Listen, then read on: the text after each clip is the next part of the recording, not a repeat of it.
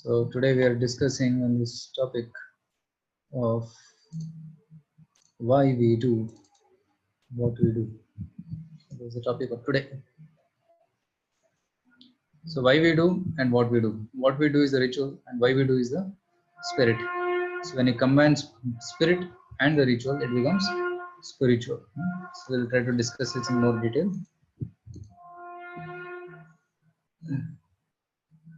Vedic thought considers not only science as spiritual quest, but even spirituality as scientific pursuit. Even spirituality is also scientific. Let's see how. For example, science has got two portions, theory and experiments. Right? So, how many of your science students here? How many of your science students? Okay, almost everybody, except one or two. So, science has got two portions. I was also a science student. One is called theory and the other is called practical. Theory is that which we study in the classroom or in the books, and practically something which you do in the laboratory. For example, in my school days, we used to study optics. In the theory class, teacher will draw some lines on the board. He'll say, light will go like this and get reflected on the glass. So that's called reflection. And sometimes also refraction. Light will go like this and change its angle. That's called refraction. That appears very theoretical. But when we go into the laboratory, at that time when the teacher takes a prism and puts a laser light into that, and then it splits into many portions, many different colors, and you can show refraction and different wavelengths changing, and then even reflection. Then it becomes realized. So that theory becomes practical. You realize the theory. So that is called as practicals, experimentation. So science has got two portions. Similarly, spirituality also has got two portions. One part is called philosophy, and another part is called religion. Philosophy is theory. Like for example, whatever we learned in the classes till now, that's philosophy mostly, isn't it? The philosophy of soul, the philosophy of God, the philosophy of the nature. We studied all this philosophy, isn't it? So, and when you start practicing that philosophy in our life, so that becomes ritual or religion. Okay. So when you combine both philosophy and religion, then it becomes spirituality. Spirit and ritual, that becomes spiritual. So both are important. We cannot neglect any one of them. Both are important. If we neglect philosophy, then the ritual becomes sentimental. And if we neglect ritual, the philosophy becomes dry speculation. Right? For example, there was one ritual going on in one home. In that home, when the ritual was going on, somehow they had this habit of tying a cat. While to a pole, they'll tie a cat when the ritual is going on.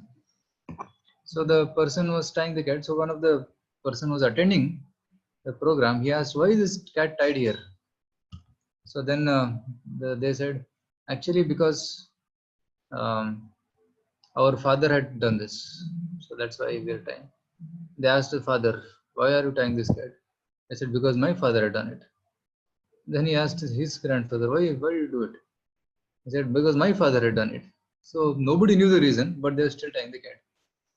But actual reason was when the puja was going on, at that time cat was coming and drinking milk and spoiling the puja. So that's why one of the ancestors, he had told, tie the cat. And other people saw that he is tying the cat, but they did not know why they are tying the cat. So that's why it became a sentimental practice, blind practice.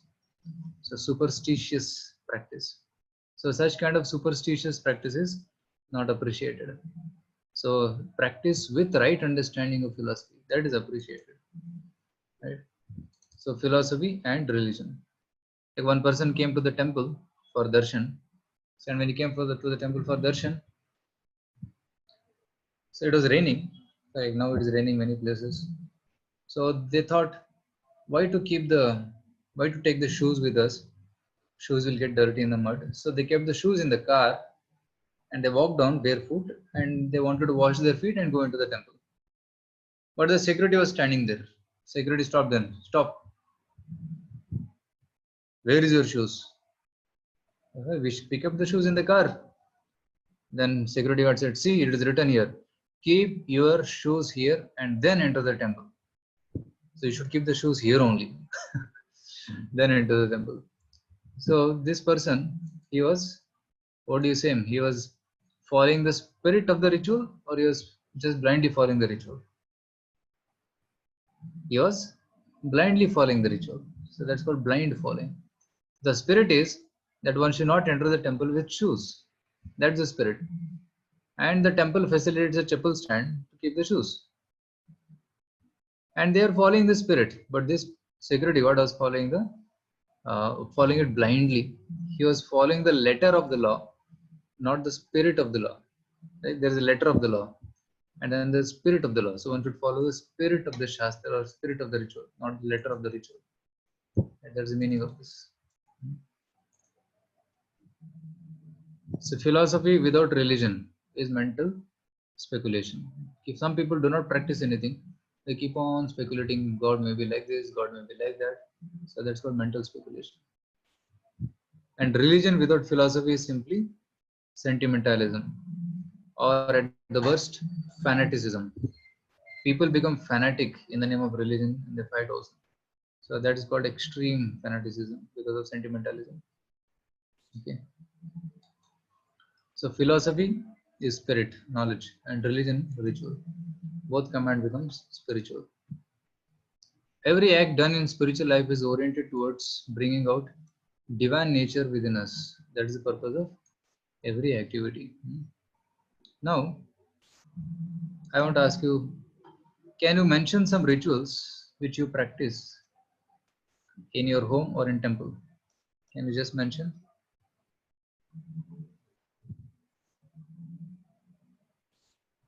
You can keep mentioning, then I'll make a note of it. You can either tell it, or like in home you follow some rituals, or in temple you follow some rituals. I want you to just mention the names of those rituals which you follow.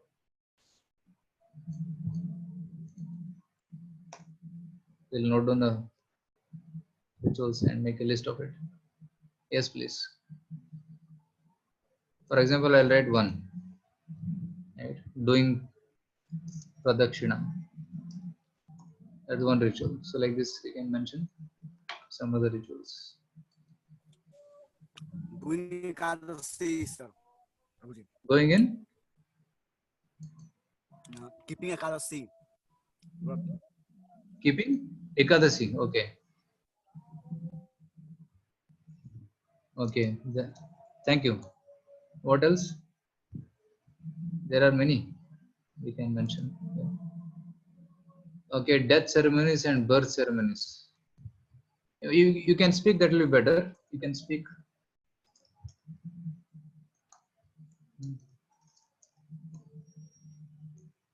Okay, birth ceremonies.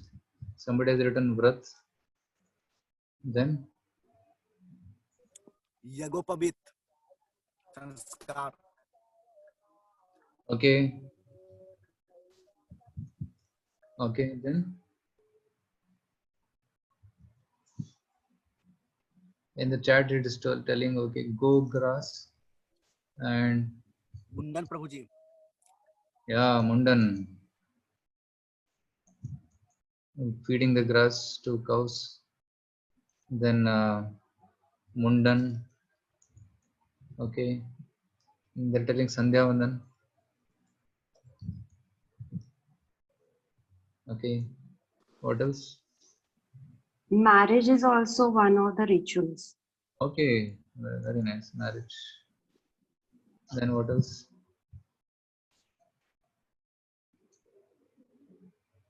At least we want to have a list of 20. Going to Tirtha. Okay. Tirth Yatra. Then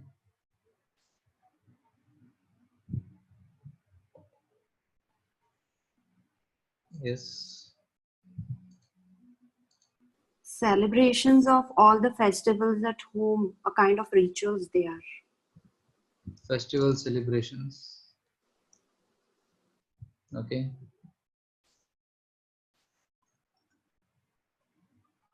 Okay. Somebody is telling Surya Namaskar. Then, yes, 5 more. Tulsi Archana. Tulsi Archana and wearing Tulsi. Prabhuji, Gau Puja, Prabhuji. Go Puja, we'll put it here only in Gogras. Okay. Then,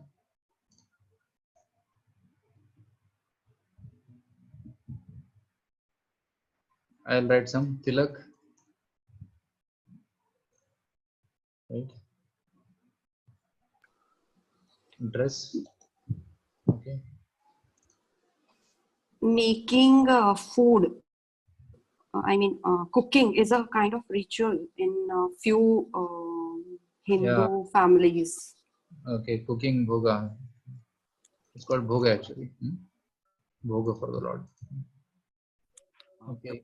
Prabhuji, we see in our home, since we are from farmer family, so when our crops get ripen, then during keeping it in home, at that time they keep something for donation or for Thakurji, like that they say. Harvesting. Yeah. Harvesting. Harvesting rituals. Okay. Basically, Onam, Pongal, that's the time when harvesting season is. Okay.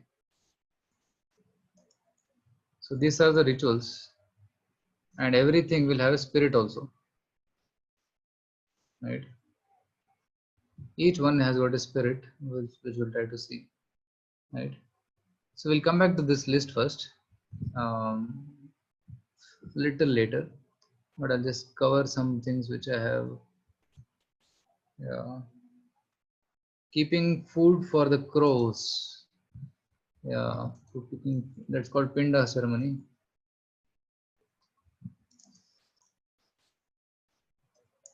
Okay, so where they offer food to the ancestors through the cows, crows, like that.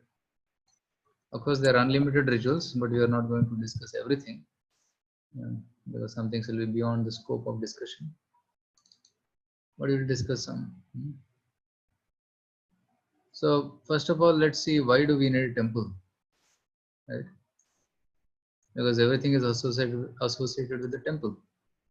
First, when the temple is there, then all the rituals come into picture. And they keep a vigraha of the Lord, right? So why do we need a temple? So if God is everywhere, the question is, why do we need a temple? The temple is needed because we cannot see God everywhere. It's not possible with our naked eyes. We can see only the mountains and trees and other things, but we cannot see God. So similarly, because we cannot see God with our naked eyes, we need to have a temple where we can see the Lord. The invisible Lord becomes visible in a temple. So, and in a temple, the Vigraha Murtis of the Lord are kept and they are worshipped. Some people say that, why are you worshipping stone? Is God there in the stone? That's the question. But actually, we cannot worship any stone as God. Of course, God is there in every stone, but He is there in His energy form in all the stones. But when a particular stone is taken and is carved according to the scriptural injunctions, as described in the Shastra, when we carve it, then that Vigraha is done sthapana. It's called Shila Sthapana. When the form of the stone, it is invoked with mantras, and Lord is invoked into that stone by chanting the mantras and by prayers and by devotion. And especially when people with pure heart, they call the Lord, Lord, please come and reside in this. So then the Lord comes and He resides there to especially reciprocate with His devotees or accept the service of the devotee. So that's the main reason why we have so many temples. Just like water is there everywhere. Even in the air, water is there, isn't it? But can we drink water directly from the air? Right? It is there, humidity is there everywhere, but can we tap it? It's not possible. Similarly, mobile ranges or all this telecommunication industries, they're all wavelengths, frequencies, they're all there in the sky. Can we tap it? No. But only when you use an antenna, then we can tap it. Similarly, water also we cannot tap, but when it condenses and falls in the form of a river, then we can tap it and we can drink it in a glass, isn't it? Similarly, God is everywhere, but we cannot see Him and recognize Him. So He becomes available in the form of a Vigraha. So that's why Archa Vigraha or deity form is very, very important for all of us. And that is a temple. And temple in Sanskrit is called Mandir or Devasthanam, the place where Lord stays, the place where we can have peace of mind. Mandir. It's not Tandir. Tan means body, Man means mind. So we go to the mind, we go to the temple to find peace of mind. So that is the reason why people go to the temple. So in the temple, we will find so many things. There is an altar. Even at home, we can have an altar. Altar is the place where you keep the photo of the Lord, right? Right. Typically in home, they keep like this. They keep the photo of Radha Krishna and many other devatas and they worship, isn't it? And they keep the acharyas also. So altar is the place where Lord is kept. Or in Kannada we say Degula or puja room.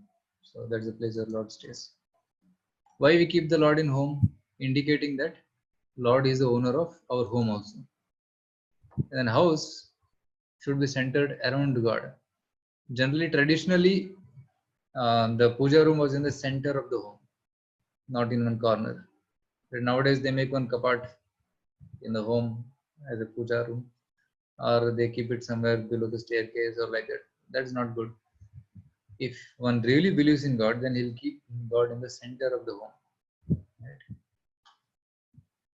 Then God becomes center of everyone's life. Right? So God is there. Then self, civil duties, security, leisure, health, work, ministry, family, friends, everything revolves around God. So that's why God is kept in the altar. So not only in the altar, we should carry the God in the heart also. So whenever there is temple, then there is pradakshina, right? They do pradakshina. Here you see this family is doing pradakshina. It is said that if you do pradakshina of the temple, then you don't have to do pradakshina of this world again. Pradakshina of Janma Mrityu Chakra. We don't have to do it again. So that's why pradakshina is done.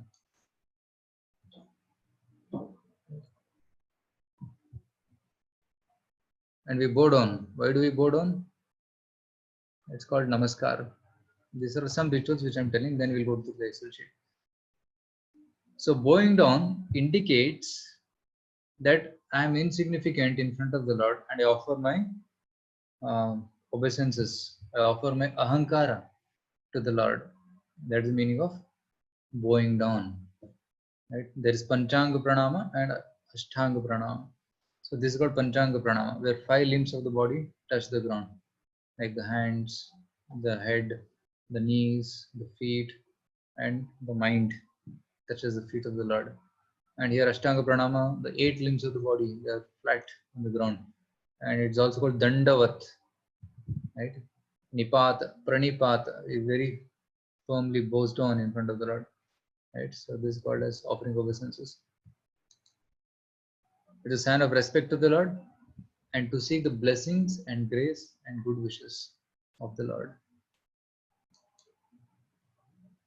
And we bow the conch. Why do we bow the conch? Conch indicates offering of sound vibration to the Lord. So this is called as conch. Right. Especially in puja, there are 5 items which we offer to the Lord. Right. See, God has given us earth, water, fire, air, and ether. 5 elements. Earth, water, fire, air, ether. इसको बोलते हैं पंच महाभूत. 5 main elements of the nature. And everything in this world is made up of these 5 elements. Our body is made up of Panch Mahabhut. Food which we eat is made up of Panchamahabhuta. Right? Water we drink is made of Panchamahabhuta. So God has given us everything. So as a gratitude, we offer thanks to the Lord. So that's called puja. Just like government is supplying you electricity, but we go and pay monthly electricity bill to the government, isn't it? To the electricity board. So that is called giving back. Similarly, the government supplies us water, so we pay water bill. Similarly, God is also giving everything and is not asking for a bill. He is giving rain. Like in Bengaluru, it is raining every day with so much water. And in the daytime, He gives sun, and sun gives us good health. It gives all the plants good energy, isn't it? So water, and He gives us air to breathe. So air, water, fire, heat, everything God is giving. So doesn't it become our duty to say thank you to the God and repay whatever He is giving to us? God is not asking for tax, but God is telling, at least say thank you, be grateful, acknowledge that I'm giving, isn't it? So offering puja to the Lord is nothing but saying thank you to the Lord. Thank you for giving me all these items. I'm very grateful to you. So how do you express gratitude? You take from the Lord and offer it back to the Lord. Just like small children, they take pocket money from parents. So from mother or father, they take pocket money. So they take money and then go to the shop, purchase some sweets or greeting card, and come back and give to the father. Happy birthday, father. Wish you a very happy birthday. And fathers feel so happy. Father never says, "Hey, mera paisa leke mujhko de raha hai?" No, he never says like that. So God is very happy because Father is happy because he is accepting the love of his son. Similarly, God also, when you offer something with love to the Lord, Lord accepts it. In Hindi, there is a saying, "Tera tujhko arpan, kya laga hai mera?" I offer yours back to you. Nothing is mine, isn't it? Similarly, in when you're doing puja of river, you take river water and offer it back to the water. So it indicates that we are taking the water from Ganga, but with love we are offering her back. Right? In Kannada there is a saying, Kereya neeranu kerege challi varava padedavarante vaaliru Sri Purandara Vithala Rayana Charana Kamalava Nenedu Badukiro Hariya Karuna Dalada Bhagyava Hari Samarpane Madi Badukiro. It's a very beautiful song in Kannada which says, Kere Neeran Kerege Challi. We offer river water back to the river. Right? Varava Padavarante Vadiru. And similarly, Krishna has given us everything. Purandara Vithala. Krishna has given us so much. We offer it back to the Lord and live our life happily. So this is the meaning of this song. So this is the meaning of Aarti. So basically in Aarti, we are offering 5 items back to the Lord.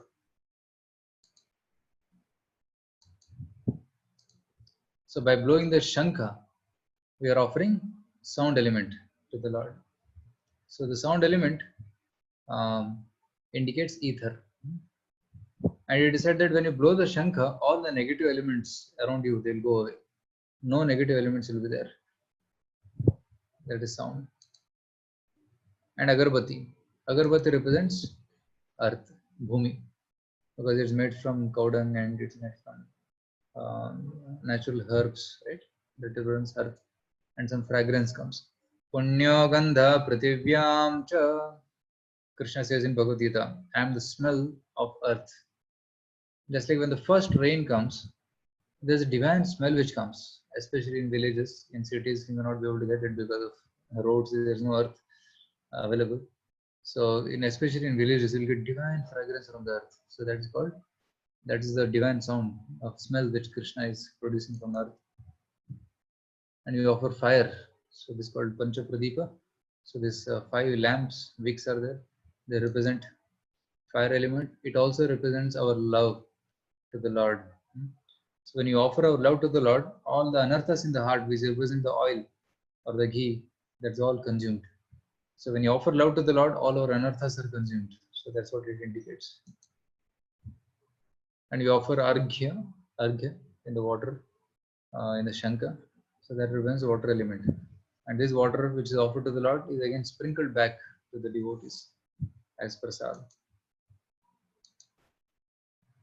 And we offer some cloth also to the Lord as a gift, which also represents earth.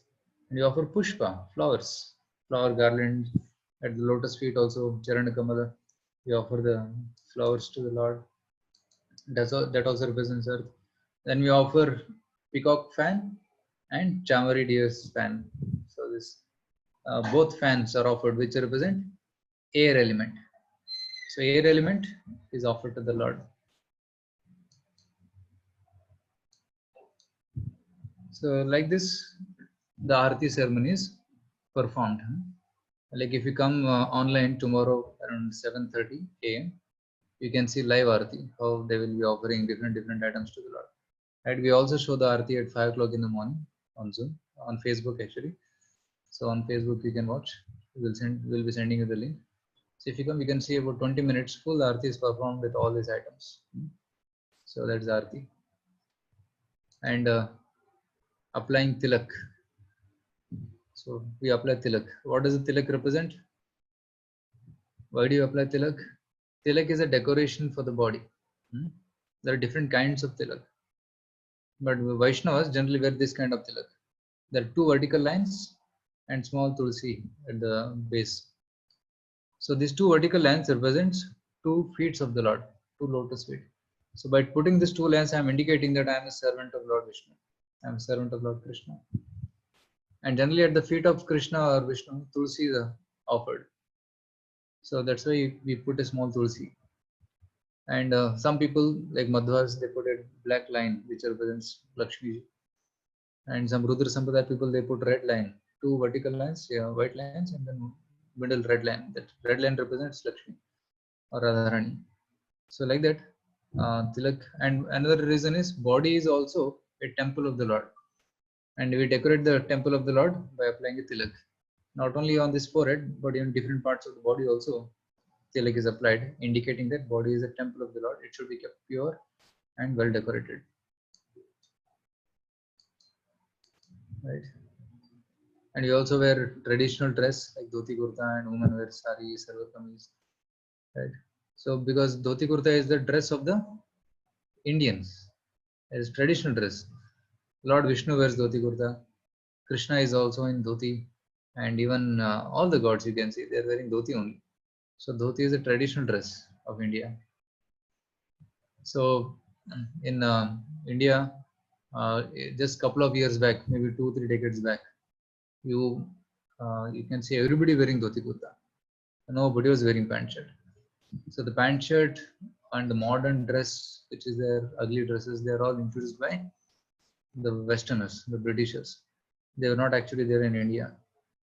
And when you wear dhoti or traditional dresses, it immediately gives you a sense of purity.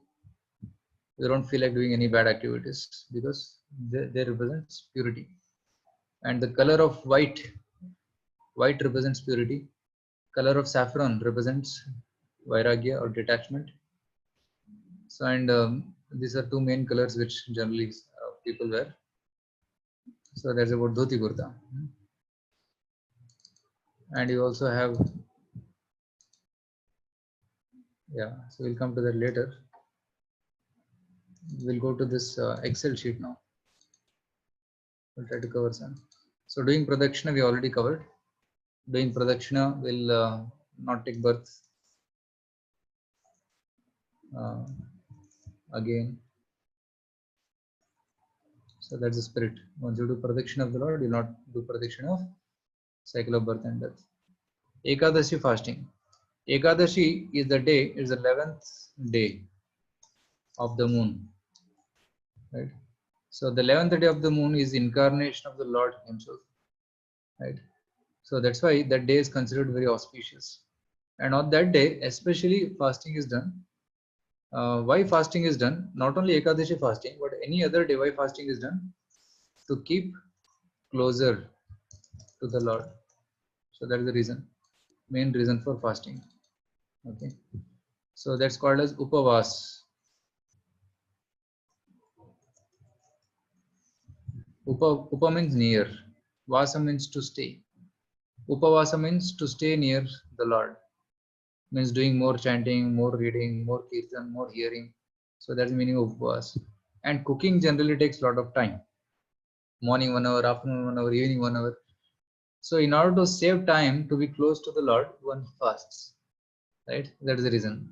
So when you fast, then you don't have to cook, and when you don't eat, then you don't have to go to bathroom and waste time.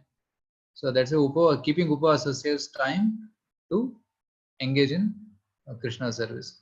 So that's the main reason. Okay, upas doesn't mean fasting. Upavas means to stay closer to the Lord, and fasting helps in that. Okay, and even scientifically speaking, it is said that if somebody can keep fast 2 days in a month, and that's good for health. Right?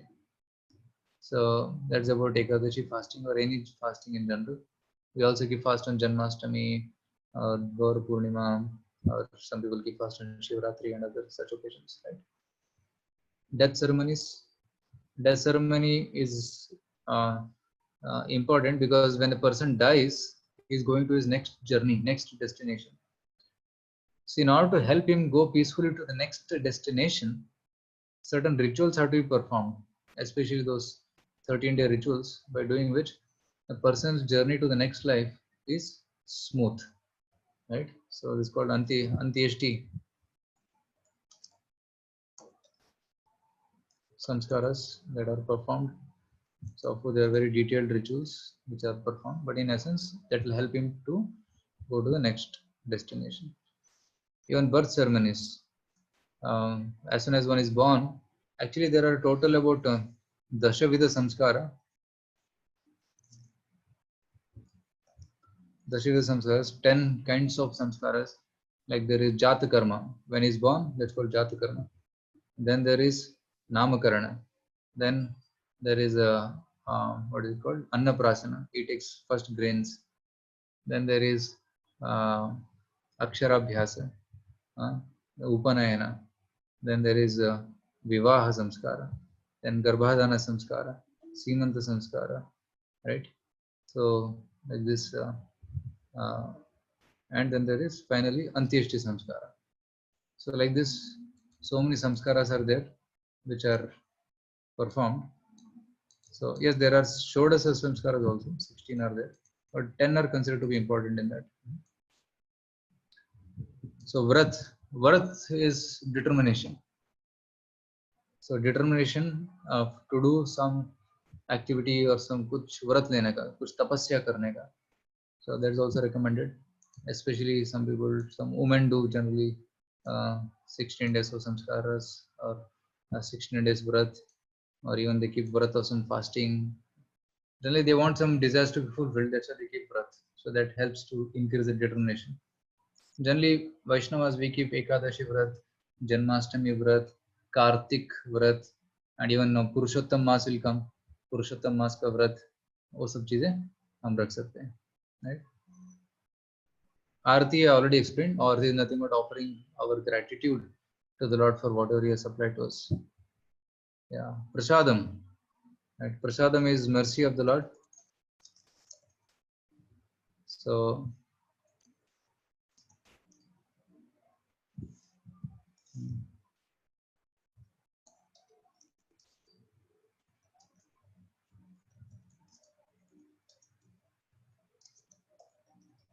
right, determination for achieving purpose, offering gratitude to the Lord, serving mercy of the Lord.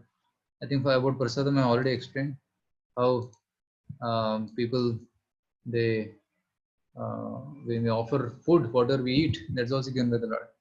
First we offer it to the Lord, then accept it. So that's called as prasadam. So the Lord glances, and with his eyes he accepts everything. Lord doesn't have to physically come and eat. With his eyes also he can eat, because it is said that all the senses can function, can perform functions of other senses.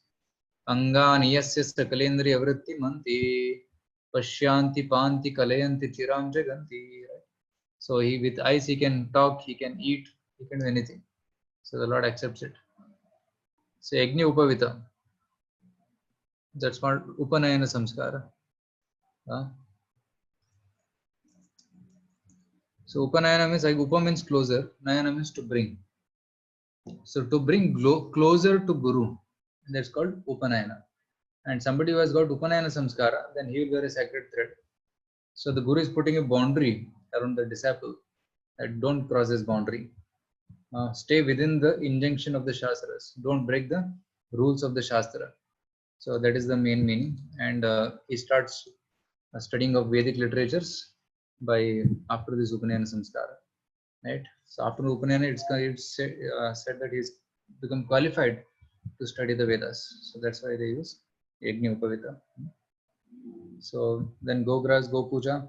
So especially cows are very dear to Krishna.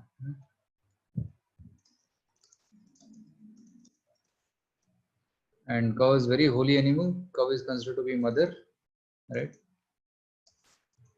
So because she is considered to be our mother and she is very dear to Krishna, worshipping cows is very important part of our culture. So just by worshipping cows, one can get a lot of spiritual as well as material benefits, right? So cow is a okay. Whatever comes from the cow is very pure. Cow dung, gobar, gomutra, milk, and even um, so yeah, basically these three. And from milk you get other things like curd, ghee, so many items you get. So basically these five things are called panchagavya. By using this panchagavya, we do worship. Even in puja room we put gobar and all. So that's why, because cow is such an auspicious animal that anything which it gives is very holy. That's why cow is very respectable. So especially on Go Puja day, they do Go Puja. And not only on Go Puja day, in my family also, my grandfather used to do Go Puja every day. Whatever is cooked in the home, first he will offer it to the cows and then give it to others. So that is culture, a wonderful culture. So the first roti which is made belongs to cow. So that's her property. So in this way, when cow is staying in home, so the home also becomes auspicious. So feeding grass to the cow is also very holy activity. Some people do Godan also when they donate cows to others. Mundan. So why one does Mundan? To give up false ego or ahankara. And generally one thinks that if one has very long hair, then he's very beautiful. So those who are practicing renunciation, they generally give up their hair to indicate that I am not actually beautiful. I am not this body. Actually, real beauty is Krishna's beauty. Material beauty is temporary beauty. So then he offers his hair, he shaves up his head and gives up his false ego. Sandhya Vandana, especially three Sandhyas, morning, right, afternoon, and evening. At the junction of the morning, afternoon, evening, the three times is very auspicious, and that's the time one should do puja to the Lord. So that's why one should offer Sandhya Vandana. Vandana means puja or prayers. Sandhya means three Sandhyas, morning, afternoon, evening. In morning also we sing every day. Dhyayam stuvam stasya yashas three Sandhyam. Three times we should worship the Lord. Three times we should remember the Guru. Yeah, Gunjan is commenting that there are 33 crore devatas are there in cow's body, correct? And when you worship cow, you are worshipping all the devatas. Yeah. So why we keep Shika? Yeah, Shika is considered to be this portion of the head. It should be always covered. So they keep Shika here. So it also indicates that there is one Lord and many jivas. So one Shika indicates there is one Lord and there are many jivas, living entities. And also Shika is like generally the yogis, they store their power in their Shika. It is said that when you leave Shika and tie it, that conserves your energy levels, and that helps you to improve your spiritual acumen to understand the Shastras. If one has Shika, it should not be untied, it should be tied. So untying is inauspicious. So that's about Shika. And then marriage is a commitment to stay together lifelong. and cooperate with each other.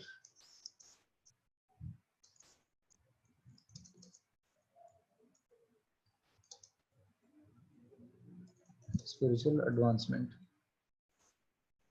So basically the concept of marriage is what? Vivaha, that boy and man and woman, they come together for committing with each other, to help each other, to cooperate with each other, and to advance together in spiritual life. So marriage is not based upon physical attraction as it is nowadays. They generally go by the face. Oh, he's beautiful, handsome, he's rich. So they see the money and beauty and then they get married together. But what is happening because of such superficial understanding of marriage, marriages are breaking apart. So instead of having superficial understanding, one should have commitment. Marriage is a commitment. It's a responsibility. So one should make a intelligent choice of choosing the partner and never to separate again. So that kind of marriage is acceptable. Otherwise, in modern culture, so many divorces are happening. It is said that in Bengaluru alone, about 1,000 cases of divorce are filed every day. So it's a very pathetic situation. Tirth Yatra. So Tirthas are like embassies of spiritual world. And when you go to embassy, you can get access to other country. Similarly, if you want to get access to spiritual world, you go to Tirthas like Vrindavan, Mayapur, Dwarka, or Rameshwaram, or Jagannath Puri. So many Tirthas are there. Pandharpur. In every corner of the country, there are holy Tirthas. Badrinath, Kedarnath, Gangotri, Yamunotri, and Rishikesh, Haridwar. So many Tirthas are there. So going to those places gives us access. They're like powerhouses of spiritual energy because holy people are staying there, holy rivers are there, holy deities are there. So by going there, we get fully surcharged with spiritual strength, right? So that's about Tirthas. And festival celebrations. Those festivals are connected to, every festival is connected to God, connected to God or some pastime, right? Diwali. Because Diwali is the day when Lord Ram returned to Ayodhya. Dasara is the day when Lord Ramchandra killed Ravana, right? Janmashtami. Every festival is connected to the Lord. That's why festivals are there to remember the Lord, not just to light crackers. Nowadays, Diwali has become firecracker ceremony, not like that. Diwali is actually to light the lamp, to invite the Lord in the home. So when Lord returned to Ayodhya, Ayodhya was this lit lamp everywhere, every nook and corner of the street, lamps were lit to welcome the Lord. So that's called Deepavali. Deepa means lamp. Deepavali means row of lamps.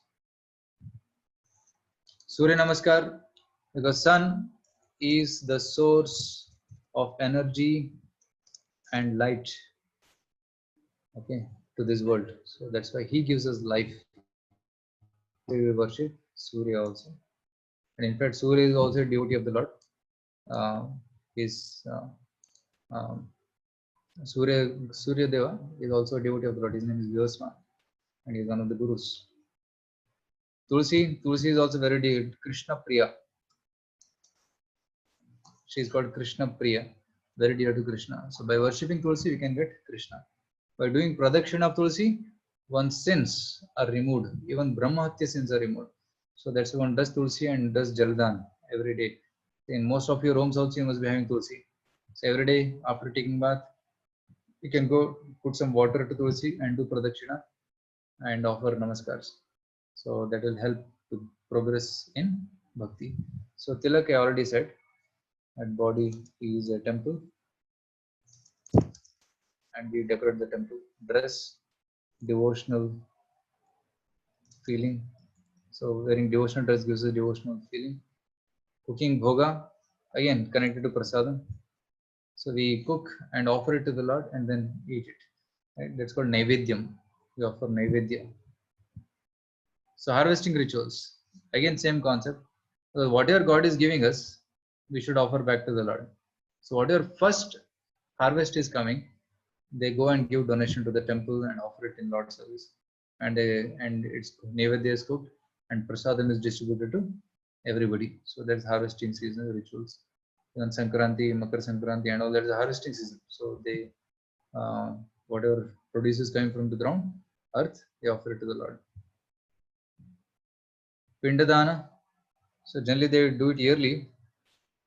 Ritual for ancestors, also called Pitras. So Pitras are those who have already departed, died. So if in case some of the ancestors is stuck up in some hellish situation, very troublesome situation, by offering prasad of the Lord from here, generally the son offers pinda, then that reaches the ancestors wherever they are, and they will feel relief. It is said that one day in Pitraloka is equal to 1 year on earth. So because one day in Pitraloka is equal to 1 year, if you offer once in a year, they get 1 day's food in Pitraloka. So by that, and that food is nothing but Krishna Prasad that is offered to them. First, generally they do it in Gaya. Gaya is a place near, I think in Bihar. So there is Vishnupadi temple. There they generally go and offer prasad of Lord Vishnu to the ancestors. So they get relieved from the sinful reactions. Okay. So I think we completed the list 21. There are many others also, but we have to understand that whatever rituals you are doing at home or in temple, they are not sentimental. So they're having a deep meaning behind whatever activity is being done. So one should understand the spirit behind that ritual and then do it. Then that's called spiritual. Just blindly doing it is not going to produce any good results. Okay. So I pause here. See if you have any questions, then you can take that. Of course, today we'll not be able to chant because we will extend time. So we can take 1 or 2 questions and then end the session. But I'll invite you for tomorrow morning session on chanting. Generally we chant in the morning, so you can join us. Some of you I saw joining today, so that's very nice. So tomorrow being Sunday, many others will also be coming. So yes, Gokul, you want to ask something? Hare Krishna. Yeah. Anybody has any question regarding today's session? Prabhuji, Yeah, Gunjan. once I hear a speech of one commentator, like you hear about Jaggi Vasudev. He was telling that in Tamil Nadu, people change to Jainism to Saivism, Saivism to Jainism many times. This happened. He's giving reason that it's happened because of the speaker of that time. When Saivism dominated, and people changed their faith to Saivism to Jainism. So he said that it is all fanaticism only. Okay, so actually people keep changing their faith. If it is happening because of sentimentalism, then that's not good. Actually, truth is simple, right? Truth is simple. We should try to understand what is the absolute truth and then try to follow the truth. Generally, even you will see that some people keep changing from Hinduism to Islam because they're getting some money, or some people are changing to Christianity because they're getting some medical facilities or some other facilities. But that is not strong faith. They're changing their faith because of material benefits. But those who are seekers of the truth, absolute truth, they are looking for God, and they are the seekers. They are called Gyanis, the Jigyasus, inquisitive people. So according to their mentality, God will guide them to a particular person according to their faith. Right? Somebody are hankering, having the mentality of being Jains, then he may send them to Jains. Right? Yeathama prapadyante. So according to whatever mentality they have, to that place, the Lord will direct them, because Lord is also there as Paramatma in the heart. So the Paramatma knows the desires of the soul. according to the desires of the soul, the person is guided to a particular guru or a particular organization, right?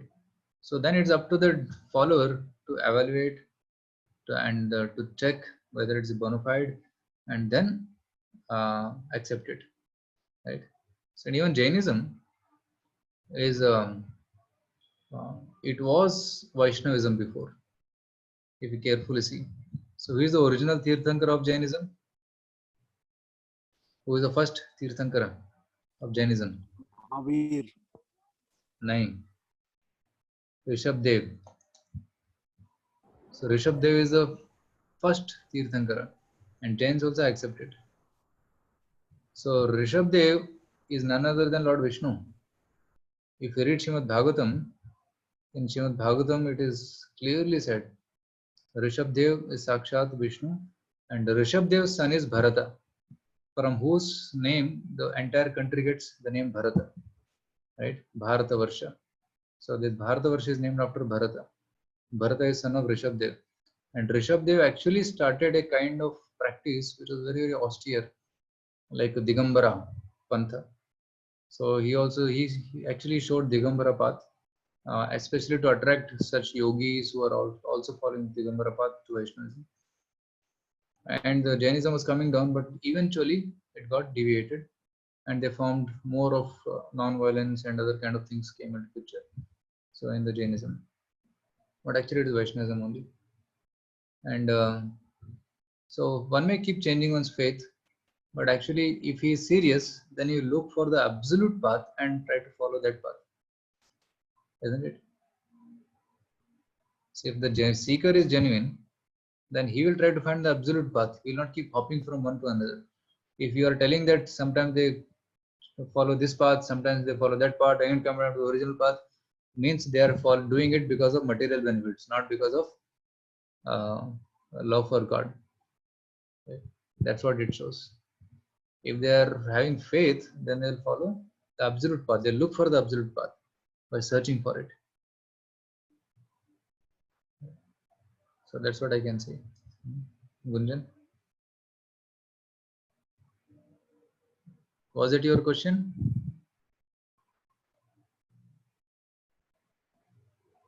All are fanaticism? See, when they forget the spirit and only follow the ritual, then it becomes fanaticism. If they forget the spirit, only follow the ritual, then it becomes fanaticism. Right? Even Hindus also act fanatically sometimes, right? So they fight. Sometimes they put fire to some bus or train or something like that in the name of fanaticism, because हम Hindu हैं, हम श्रेष्ठ हैं. That's what they think. But you ask them, what is Hinduism? Do you know ABCD of Bhagavad Gita? नहीं, हमने Bhagavad Gita पढ़ा नहीं है. They will say like that. So such kind of Hindus are fanatic because they don't know what they are doing. That is fanaticism. So once they go through Gita Course, they understand what are the contents of Gita, then they'll not act fanatically. They'll act with compassion. They'll act with love. So that's what we want. Right? Not only others are fanatic, even so-called Hindus are also fanatic. Those who don't know Bhagavad Gita. Right? Everybody tells Gita, Gita, Gita, but how many of you read Bhagavad Gita? How many of them have understood Bhagavad Gita or practicing Bhagavad Gita? So that's the point we should ask them, isn't it? Yes, Prabhuji. Thank you. Right? Like now, like all of you have attended now Bhagavad Gita course, basic, at least some basics, you know. Of course, we have not gone into Bhagavad Gita directly, we have just covered some basic topics. But at least now you can tell to others what is there in Bhagavad Gita. And there's knowledge about soul, there is knowledge about God, Kala, Karma, and reincarnation, and why there are sufferings in this world, how to come up with sufferings, what is spiritual world. All these concepts are there, isn't it? At least that much you can share with others. At least you know something about Bhagavad Gita, right? So just like a lawyer knows everything about the law book, similarly every Hindu or every Sanatana Dharma practitioner should know everything about Bhagavad Gita at least. Then people will not act fanatically. Okay. Thank you. Is there any other questions or comment? We already came to 8 o'clock. I think it's time up. So if there are further questions, then maybe you can keep it for Monday. We can discuss on Monday. And I wanted to tell regarding the sessions, how we will continue. So basically what I have planned is for next week also, if all of you are okay, then I was planned to do daily sessions. Okay. Monday to Friday, Saturday, we'll do daily sessions. And then next Monday onwards, means next week onwards, that's maybe after 8th. Okay, so till 7th we'll be doing daily sessions, and after that we'll be doing Friday, Saturday, Sunday, 3 days. So yours is batch 2 and batch 1 is between 6 to 7. So both the batches will be merging together. So you'll have more friends and more nice discussions with all of them.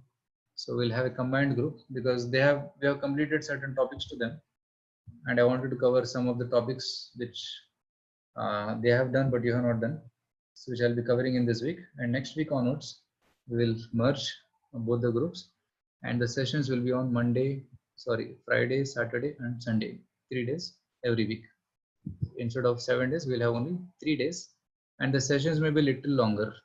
Now we are doing half an hour sessions and then question answers, but that time, because we are having for 3 days only, we'll have little longer, maybe 1 hour 15 minutes including question answers, like that. Is it okay with all of you? Yes, Prabhuji. Fine. Okay, Prashant says fine. Andhra Mother says, Vaishali Mother says fine. Sitaram says fine. Okay. So could it start little early? Yeah.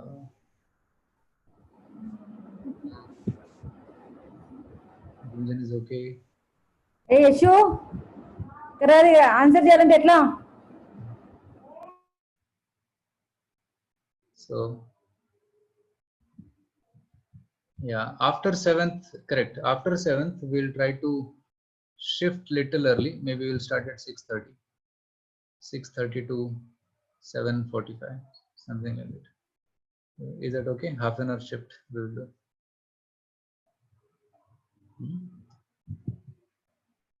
Okay, so Gunjan, you wanted some change in timing? Yeah. So instead of 7 o'clock, we'll start little early. Prabhuji, can we not start something later, or from 7 to 8:30 or like that? So you wanted 7 o'clock only? 7 o'clock. I wanted to extend after 8 o'clock. 8 o'clock. Okay. I mean, up to 8:30, like that. 8:30, yeah. So like 7 to 8:30. Okay. Yes, Is 6:30 okay? 6:30 to 8? Okay. Okay. Even Prashant is telling 7 is okay. So I think most of you are okay with 7. Yes. 7 is okay. Okay. Fine then. Vaishali Mataji, is possible to adjust till 7 o'clock, like we are doing right now? Okay.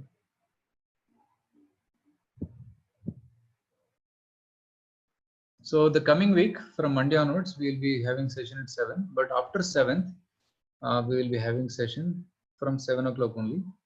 Okay, because most of you are okay with 7 o'clock. But the sessions will be longer and for 3 days, Friday, Saturday and Sunday. Okay. So thank you so much for joining with us. So we'll end our session today. Tomorrow we have Prerna program. So if you're free, you can kindly join. It's a topic on Hanuman, Hanuman's Lanka trip. Thank you so much. Hare Krishna. Hare Krishna, Prabhuji.